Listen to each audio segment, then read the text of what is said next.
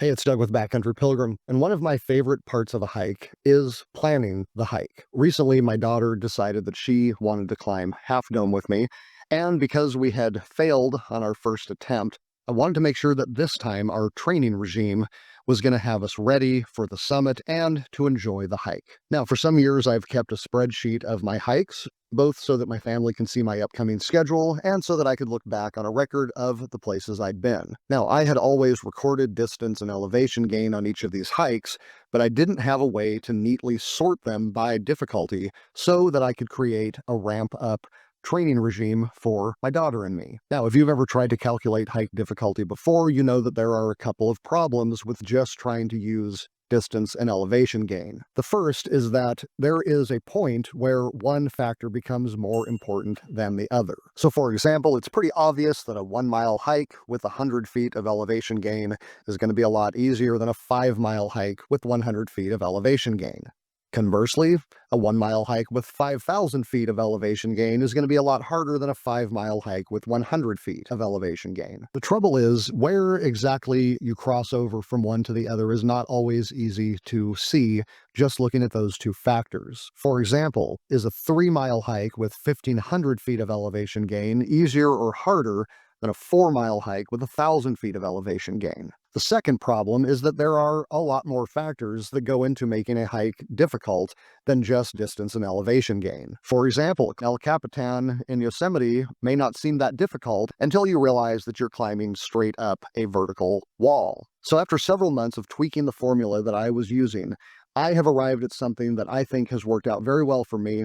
It has allowed me to pretty accurately rank the difficulty of the hikes and even how long they should take. So I'm going to switch over to the computer here so that you can see exactly what I'm talking about. And at the end of the video, I will show you how to get your own hiking spreadsheet going if you're interested in the formula that I'm using, or if you just want to start with my formula, I'll show you how to tweak it for yourself. The first thing I tried was just asking ChatGPT what the most popular hike difficulty calculators were. What I discovered was that many of them, including Naismith's rule, really has more to do with how much time to expect. The Yosemite Decimal System is actually a terrain classification that looks at how technical a given journey is going to be, and others were a combination of several things. So I got more specific. I was looking for hiking difficulty ratings based on distance and elevation gain. I then went to my own hiking list and picked several hikes that I had done enough times to be quite familiar with, and ranked their difficulty just according to my own experience. And then I started playing with the different formula. The two most promising were the National Park System difficulty formula and the Petzold Energy Mile calculation. The NPS is the difficulty score used in many national parks to classify hikes into descriptive categories from easiest to very strenuous. The idea is that this will combine distance and elevation gain into a single score. The other was the Petzold Energy Mile calculation, the formula developed by mountaineer Paul Petzold, the founder of the National Outdoor Leadership School. He considered the effort of walking 1 mile on flat ground to be equivalent to what he called 1 energy mile. To those energy miles are added 2 energy miles per 1,000 feet of elevation gain. When I plugged in the Petzold formula and then sorted the hikes by its results, I found that it was fairly close to mine, but notably far off on several individual scores. For example, it ranked walking around Bidwell Park in Chico as harder than climbing Yosemite Falls. I noticed that several other hikes were considered equivalent from what I considered to be a 5 all the way up to an 11. When I plugged in the NPS formula and sorted by its results, I noticed that my numbers were a little closer. My easiest hikes were ranked harder than they should be, and I had one that was noticeably far off. However, once the hikes got more difficult, they seemed to line up closer to what I had figured. Now, one thing that neither the National Park System or the Petzold formula had were terrain ratings. A hiker can move a lot faster and with far less energy on a nicely groomed trail than they can if they are having to deal with potentially ankle-breaking rocks, scrambles, off-trail bushwhacking, or even climbing. I thought that perhaps adding a terrain rating multiplier would bring the combined formula that was already pretty close into much more agreement with my own personal ratings. When I added in the terrain multiplier, the results were even closer to what I had before.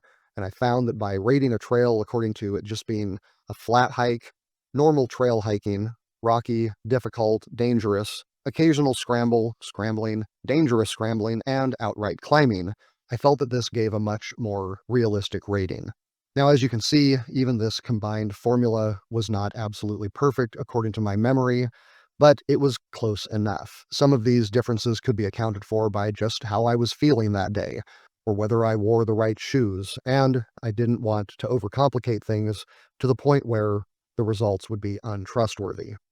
So what I ended up coming up with is the Backcountry Pilgrim hiking difficulty calculator. Essentially what it's doing is it's taking the distance multiplied by 2, adding that to elevation gain divided by 100, and adding that to a terrain multiplier, which is the terrain rating squared times 1.2. To be perfectly honest, I don't even really remember how I came up with all this, but as you can see, it worked.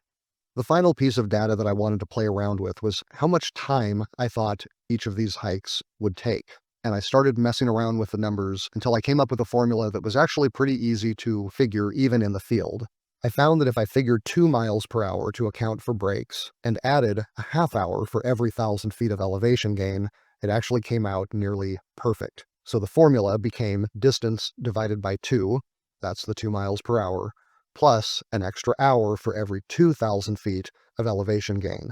I also dropped in some formulas to create different labels, each of them color-coded, of course, and then I was able to sort by the resulting number and scroll through and find hikes at any difficulty rating I wanted.